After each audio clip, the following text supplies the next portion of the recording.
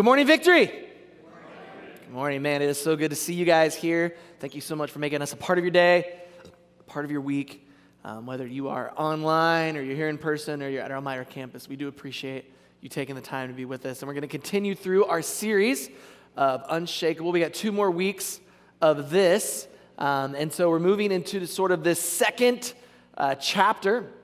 And we're going to focus on one particular passage. I'm going to talk a little bit about the whole chapter, but one particular passage in it that I think gives us a clear idea of what Paul is trying to get across here in 2 Thessalonians. You know, there's this sense that he just keeps telling them, right, that we want you to hold on, right? We want you to stand firm. And maybe you've heard this phrase before, right? If somebody says, you know, like hold on or hold tight or buckle up, right? You get the sense that whatever's coming next, probably not going to be great. Right? There's just that idea that, you know, if someone's like, you know, it's that warning. It's when someone comes to you and says, can I be honest with you? Right? They never mean, hey, I'm going to be really nice. Right? No one comes and says, Aaron, can I be honest? That was a great sermon. Right? It's, Aaron, can I be honest? I don't enjoy hearing you talk. Right? It's that sort of thing. Right? You know, that's so like this is what's going on.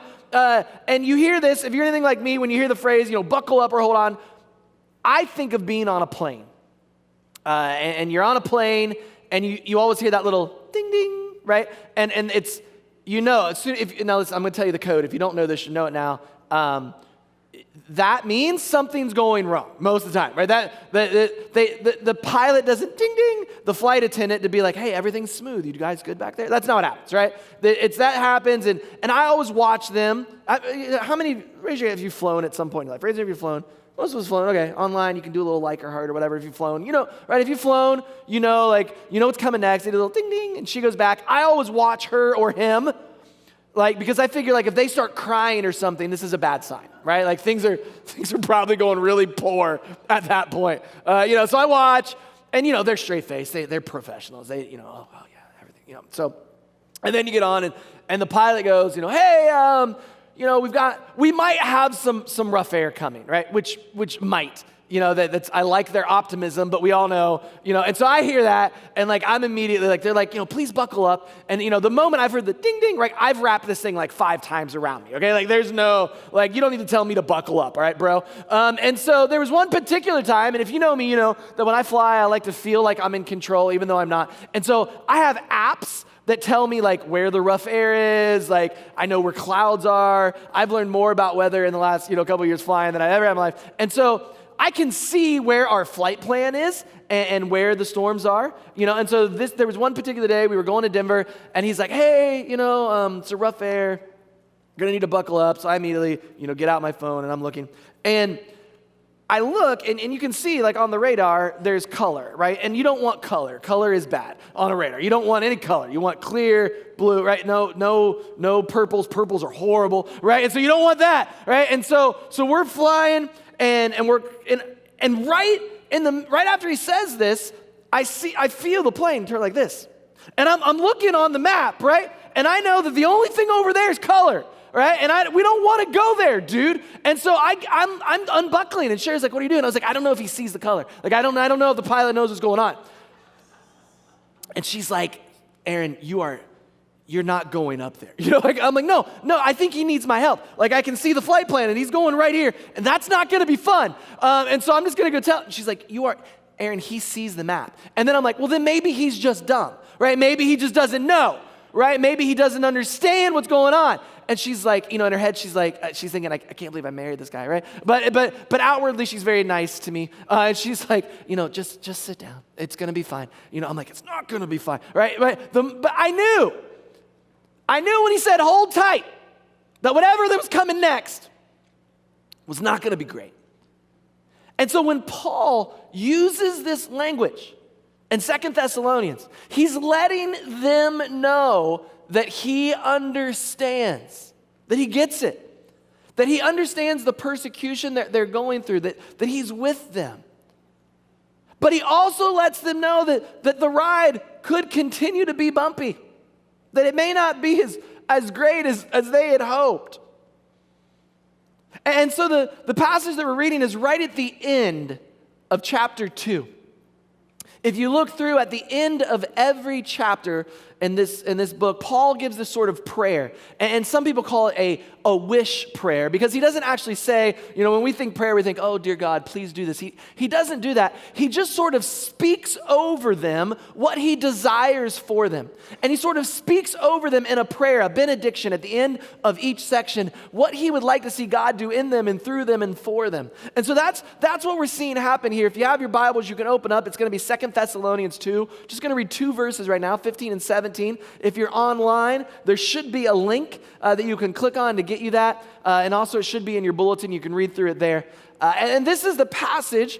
This is what he says. He says, "So then, brothers and sisters, stand firm and hold fast." Right? If we were translating that today, it's buckle up and hold on. All right? That's what he's telling. Buckle up, hold on to the teachings that we have passed on to you, whether by word of mouth or by letter.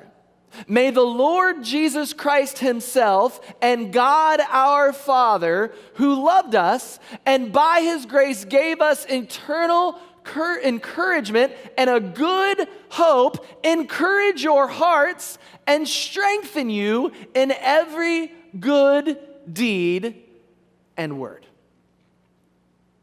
So he's writing to them at the end of this particular passage, and he's saying, I want you to hold on to the things that we have been teaching you, right? I want you to hold on to the things that you heard from us, either the things that we wrote you or the things that you heard me speak. Those are the hopes that I want you to grab onto. And the reason he's saying that, he explains earlier in this passage, that there were people that were going around and they were spreading falsities about his teachings. And this happens to Paul a lot, where he would go and he would proclaim the gospel and he would teach the people, and either when he left, others would come in behind him and try to kind of fix his problems, right? This is why a lot of times I would preach and then Pastor Paul would preach, right? Because I would get up and go, and then Pastor Paul would come in the next week and he would fix anything I screwed up, right? And so, right, that's what's happening, but they're not planning this. This isn't what Paul wants, right? Paul's giving the true gospel, and then people are coming in behind and they're sort of shaping it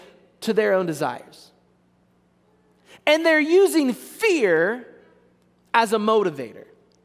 See, what they've told the people is that Jesus has already come back, that they have missed the second coming of Christ, that the day of the Lord that we've kind of hoped for has already happened, and they've been left behind. So this persecution that they're enduring, there's no hope at the end of the tunnel, because he's saying it's going to go on and God's not going to come back to help you. And not only are they saying that, they're actually telling people that Paul is the one that's saying this. They're going, oh, Paul said you guys are hopeless. Like, Jesus already come back. You're done. And so there's this fear, there's this motivator of fear in their lives. And here's what I know. Fear can make us do all kinds of things. And a lot of times, people will use fear to get you to do what they want you to do. And this isn't just the world, right? If we're not careful, this happens in the church.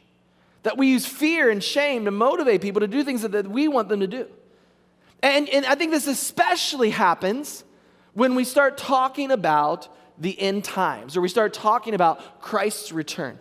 I grew up in a tradition where I heard about it occasionally, right? And it was always whatever was going on in the news in that moment was a certain sign that the world was about to end, right? If you didn't grow up in church, you don't know what that's like, all right? You're just like, but if you grew up in church, and especially, back in the day, you heard a lot. Like I remember there was a conflict in the Middle East, and every sermon and book was like, this is it. This is the time, and then 5 years later, it wasn't. And so they came up with something else, right? Like, oh no, this is the thing. This is the time, right? There's never been anything more close to Scripture than this. And then 5 years later, it didn't happen, and they'd come up with something else, right? And it was always this sense of fear of what was coming. You better be ready. And the only way you can be ready is to buy my book for $19.99, right? Like that's your only chance of making it. And here's what I'm going to tell you. If you're engaging with someone whether it's a preacher, whether it's an author, whether it's your aunt on Facebook that has all kinds of crazy conspiracies she wants you to buy into, right? No matter who it may be, if they're talking about the coming of Christ and they're using fear to motivate you, that is not the gospel. Because Paul, whenever he talks about Christ coming back, as we talked about 2 weeks ago, it's always this sense of hope. It's always that Jesus is going to come and he's going to right the wrongs. Jesus is going to come and he's going to bring the salve and the healing. Jesus is going to come and righteousness is going to be restored. And we have a hope. And Paul was proclaiming in the first letter a hope to them that eventually Jesus would come, and he claims this in the first chapter that, look, Jesus is going to show up. And there's never a sense of, oh, when's it going to happen? What are we going to do? And so this chapter talks about that a little bit, especially at the beginning. Now, I'm going to be honest with you today. The more I read chapter 2, the less I understood chapter 2. I'm your pastor, I'm your friend, right? I think as pastors, sometimes we pretend like we have all the answers. There's sometimes the wisest thing a pastor can say is, I simply don't know. And not only do I not know, nobody knows, all right? I read every commentary you could read on this passage, and every one of them said something different, all right? So then I was like, well, I'll go to the early church. They probably all said the same things. I read 7 early church father commentaries on this passage. They all said something different, okay? There's a lot going on here, and if anyone tells you that they 100% know exactly what Paul's talking about at the beginning of this chapter, they are a liar, all right? So I'm going to say some things. You may not agree. You may have some questions. If you want to write to complain, or you want to write to ask me or challenge me, I am okay with that, okay? Email me. My email is vaughnvanskyver@victoryhighway.com. All questions will be answered in due time. See, what he starts to talk about the end, that something is coming. He talks about in this man of lawlessness. If you have your Bibles, you can see that. If you don't, you can look later. This man of lawlessness. And there's all kinds of, hey, it could be this guy, it could be this guy, it could be these people, it could be this group. But what Paul is basically saying is there have always been men in power or people in power that abuse that position for their own good. You see this consistently throughout the book of Daniel, especially, that there's rulers that come up and eventually they sort of do their thing and then they're set aside, and another guy comes out and the next one's always worse than the one before. And in Jewish culture, they saw this happening. And in Jewish culture, they were sort of waiting for this ultimate moment, right? When the worst of the worst of the worst would show up. And he says, look, this has always been a pattern. This has always been happening, and this will continue to happen until a time when the ultimate expression of that shows up. And he doesn't give us the when, he doesn't give us the who, he doesn't give us the how. He just gives us the realization that at some point, the ultimate expression of this position will show up, and it will basically force God to come down and take care of the situation. He doesn't give us a whole lot of detail about what that looks like. Probably, if we were in the original church that this letter came to, there's some insider language that's being used, and they'd be like, hey, this guy over here, and we'd all be like, oh yeah, that guy, right? But we don't know what they were talking about. But the general theme of truth is there, that this has always been the case within the world, that there has always been persecution, that men that do good things have always been oppressed, and there has always been individuals that try to step up and use their position to get the good for themselves and their group and to destroy the goodness around them. And he says this is a truth that has played out and will continue to play out. What he's concerned about is how we view the future and how that affects now. See, there's 2 ways that we tend to view the future that affect us negatively. The first one is we're so worried about what's going to happen in the future that we can't enjoy the present. Have you ever been around one of those people? Somebody's shaking their head. Have you ever been one of those people? Somebody's shaking their head. Yeah, it's hard. You ever gone on vacation with one of those people? Yeah. Don't look at them if they're beside you, but you know what I'm talking about. Yeah, right? Now listen, anytime I do this, immediately people either think I'm talking about them or I'm talking about Shara, okay? I'm not talking about you.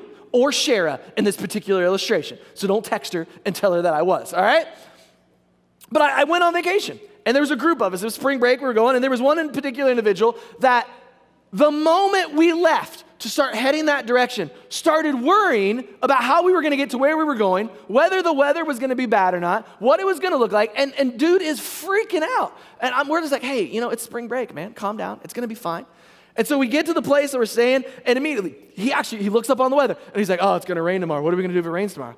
And I'm like, dude, we'll just stay home. We were supposed to go to the beach. What if we can't go to the beach? What are we going to do? And I'm like, bro, it's spring break, and I'm not doing homework. That's a good day, right? Like, I don't care. Like, it could be a hurricane, and if I'm not doing homework, I'm feeling pretty good about spring break. And I'm just like, and he's like, man, it's going to rain tomorrow. What if it rains the next day? What are we going to do if it rains the next day? I mean, this is going to be horrible. And I'm like, if it rains the next day, we'll figure out that. Like, maybe just relax. Go to sleep. It's going to be fine. And the dude did this every day until Wednesday, the middle of the week. And in the middle of the week, immediately his focus changed, and he was like, oh, man, the week's almost over. We're going to have to go home. And I'm like, yeah. He's like, what are we going to do? And I'm like, I have a guess that you're going to be miserable. I'm just a hunch, right? That you're going to be miserable this whole trip. And about Thursday, he was like, we have class on Monday. Class on Monday. What are we going to, man, how are we going to enjoy the rest of the week when all you think about class on Monday? I was like, how can I enjoy the rest of the week when you talking to me about class on Monday? And I guarantee when he went to class on Monday, in the middle of the semester, he was already complaining about finals. I guarantee it, right? And I'm not particularly close to this guy anymore, but my guess is he's living his best life right now because every January, whatever year he was in was going to be the worst year. And in 2020, he's like, I told you guys. Like, he's like, I'm a prophet. It was a horrible year. I knew this was coming, right? He's the guy who's going to put on his tombstone, I told you I was sick, right? Like, he's going to, it's unbelievable to me. Like, you guys, listen, we can't live that way. I don't care today if you're a believer or you're still trying to figure stuff out or this is the first time you've ever watched this online and you're like, who's this guy on this? Like, listen, you can't live life that way. You can't keep worrying about whatever's going on in the future. Like, the future's going to take care of itself. Listen, I'm not saying don't plan ever. Like, I know that people feel that way sometimes about me. Like, I'm not a big planner, okay? I'll just be straight up. Like, I told them first service, like, I don't know what's going on next week. I'm not particularly sure what's going to go on next service, right? Like, okay? So, like, maybe this is a little easier for me, but if we're so anxious about what's coming next that we can't enjoy what's happening now, that's a problem. And what's happening in the church to the Thessalonians, and what I think sometimes happens in the church today, is we get so concerned. That's why we just want to know, well, how bad's it going to be? When's he going to come? What's he going to say? What's he going to wear? I mean, there's books that are like, he's going to wear sandals and these clothes. Like, it's unbelievable. And we want to know because we just stress and we freak out about it. And here's what I found about God. God almost never gives us his entire plan up front. Most often, he gives us enough light to take the next step. He knows we're going to worry about it. He knows we're going to freak out about it. There was a movie, came out a couple years ago. You may have heard about it. It was Frozen 2. Anyone, Frozen 2, some of you saw it? You remember? Okay. Some of you are like, there was a movie? Yeah, movie Frozen 2, right? I'm going to, and listen, I'm going to give you a scene from that movie. It's going to be a little spoilerish. If you haven't seen it by now, I don't know what to tell you, all right? It's been out for like 2 years. It was a big movie, all right? So stop listening if you're online and you don't know and go on Disney Plus and watch it for a few minutes, right? I don't know. But there's a scene where everything has gone wrong, okay? If it could go wrong, it has gone wrong. Like there is no good left. And Anna's in there, and she's in this cave, and she starts singing, right? And she sings like the beginning is like the most emo song ever. It's like the darkness has come and I'm dying, right? I mean, and she's just singing like she is singing through the imprecatory Psalms, right? Like she's like everything is bad, and the wolves are at the gate, right? I mean, and she's just, oh, what am I gonna do? And then the tone switches, right? As in any good Disney movie, you hear the music starts to get lighter, and she she shifts. And this is her line. She's like, everything's going crazy. Everything's going wrong. What else can I do? And then it comes out, but do the next right thing. There's wisdom in that. God sometimes doesn't even give us the next 2 steps. What's the next thing that you're calling me to do right now? I'm not looking 20 years, I'm not looking 10 years, I'm not even looking to December. What are you calling me to do? How can I live right now? What is the next right thing? And God doesn't always give us the rest because I think he knows we'd be anxious about it. Right? God doesn't always give us the rest because had we known, right, if it was January 1st, 2020, and you knew what was coming, would you have still celebrated? Right? No, I wouldn't have. I'd have been hunkering down and buying toilet paper. Side note, was at Walmart, toilet paper starting to look a little sparse. Don't do it again. There's your Aaron Duvall bonus moment. Quit buying toilet paper. Focus on the now, not on the future. I remember, if you saw my Facebook this week, I remember when I finally asked Shara to marry me. And it was this great moment, scariest moment of my life, because I asked her, and I got down on my knee, and she just kind of looked at me at first. I don't know what was going on in her head, but I know what was playing in my head, right? And she finally says yes, and I'm going to be honest. If Shara, right before she said yes, would have gotten a movie reel of what the next 10 years of our life are going to look like, and the next 20 years of our life, the next 30 years of life are going to look like, I don't know if she'd have said yes. I don't know. I mean, I hope she would have.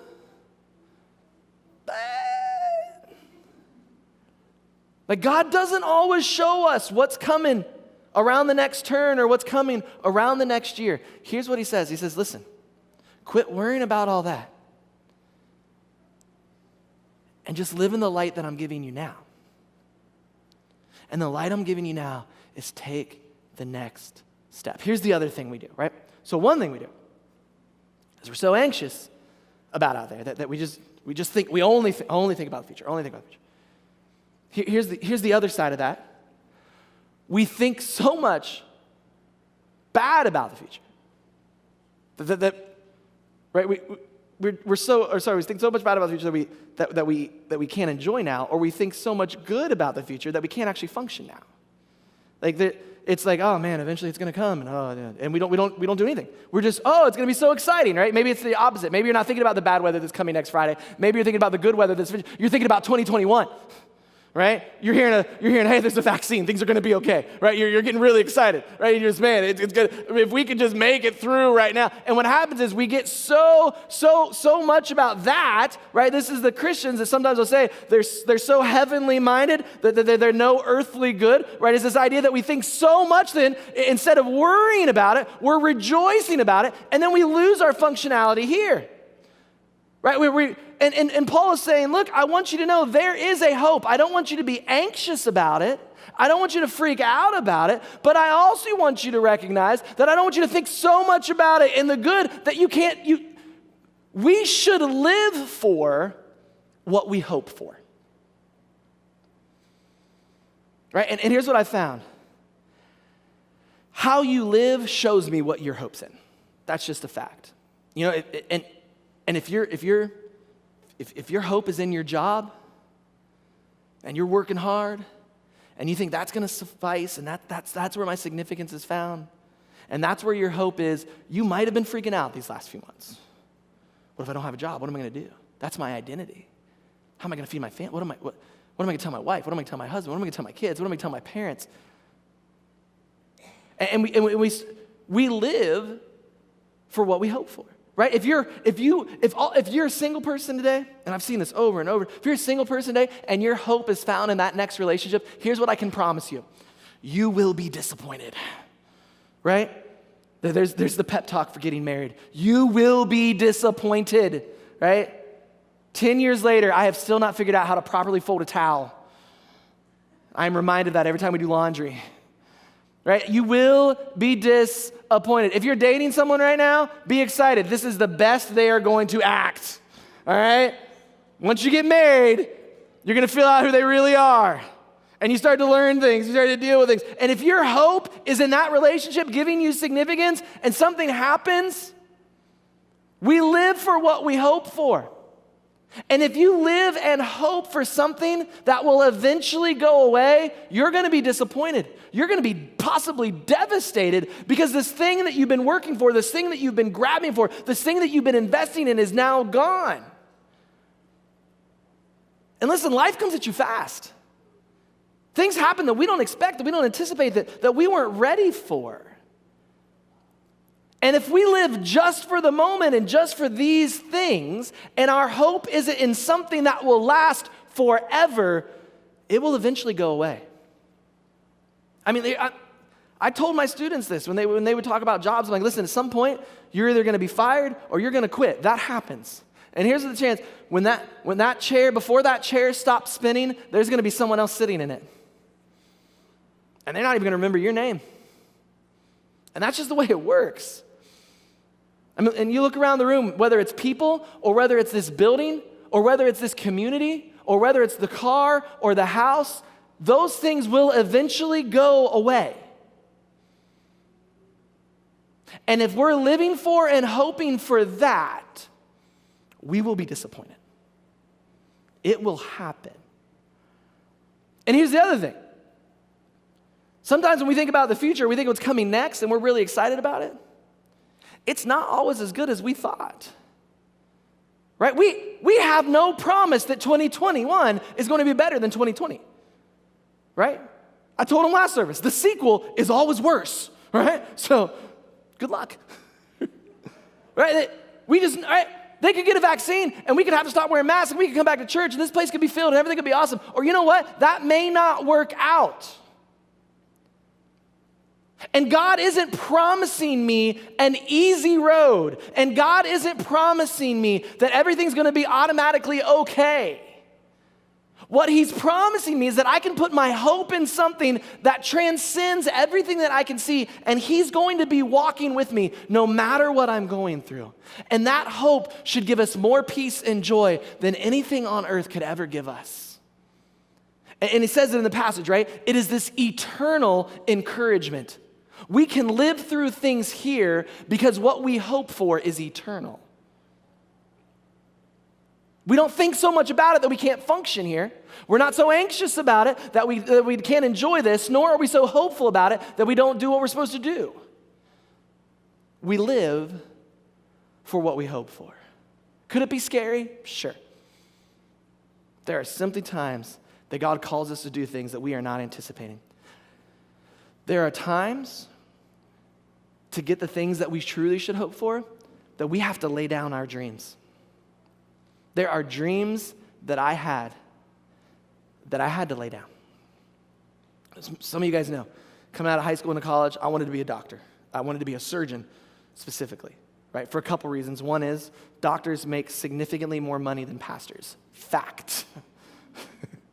Second reason was if you're a surgeon, you don't actually have to talk to people, right? Because they're asleep. Right? So you just walk in and do your job. And if you know my story, you know that talking while I enjoyed doing it wasn't something I was great at. All right? Like I stutter. You guys know that. You've heard it. Probably seen it today. Right? My tongue got clipped. I have a mush mouth. Like there's all kind of things going wrong. And I didn't have a whole lot of security and confidence that I could talk to people. But man, if they're asleep, I can talk to them all day and they're never going to disagree with me. They're never going to argue with me. Right? I just do what I got to do. And that's what I wanted to be. And a time had to come in my life when I had to lay that down. Because my dreams for myself and God's dreams for me were different. Now here's what I know. When you lay down those dreams, here's what I can promise you. The dreams and hopes that God has for you are bigger and better, but that doesn't always mean bigger and better the way we think it does. It doesn't mean you're going to be richer. I'm not. Right? It doesn't mean that everything's going to be easy. It's not. What it means is it's more satisfying, it's more fulfilling, and it's more lasting than anything that you could have come up with on your own. Is it easy and safe? Absolutely not. There's a line from the first book of C.S. Lewis, Chronicles of Narnia, The Lion, the Witch, and the Wardrobe. If you know me at all, you know that's something that I just have latched onto. It's one of my favorite. He's one of my favorite authors. Introduced me to the world of theology and philosophy. If you come to my office, there's a lion on the wall. I have lion statues. I have a book of Chronicles of Narnia open to the lion, okay? I love Aslan. And one of the kids, they're going to go meet him. And Aslan, right, the picture of Jesus in that book, is a lion. And they're a little nervous about meeting him, right? Rightfully so. I don't know if you've ever met a lion, but I hear it can be nerve-wracking. And so she turns and she's asking the individuals that are going to introduce them to Aslan, she goes, "Is he safe?" And their response is my favorite quote, maybe in any book of literature ever. They laugh at her and they go, "He's a lion. Of course he isn't safe. But he's good."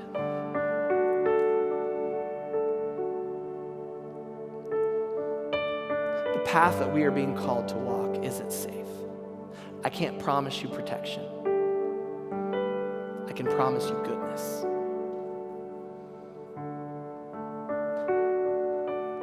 I don't know what the future holds, but I can have hope because I know who holds the future. Not going to be easy. Could be painful. But it's good. And I know that because he's a good God. And that's what Paul is trying to explain to his people. We realize you've been through the ringer. We realize it's been a tough year, a tough decade, maybe for some of you, a tough life. But he's good. And you can put your hope in something eternal, and you can live for that now. Is it safe? Absolutely not. But it is the best.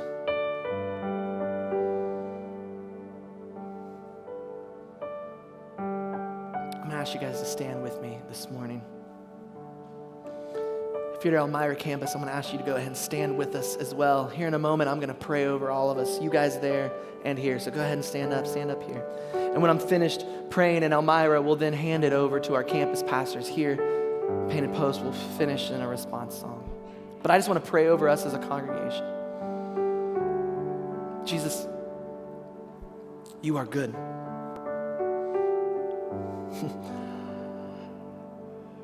And we need to not forget that. We don't understand everything that's going on in life. We don't get it. And sometimes we wish we could see further into the future.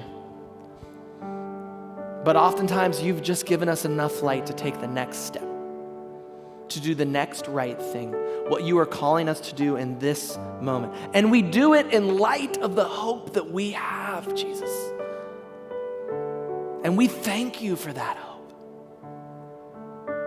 Lord, I pray for us as a congregation as we continue to navigate these difficult times, that we would not forget the hope that we have, and it's in you and you alone.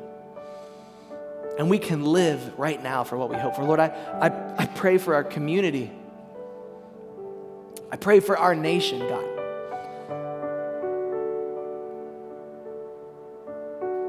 That justice would happen, that restitutions would be made, that your will would be done, and we would be able to accept that and live it out every day. May we cling to the promise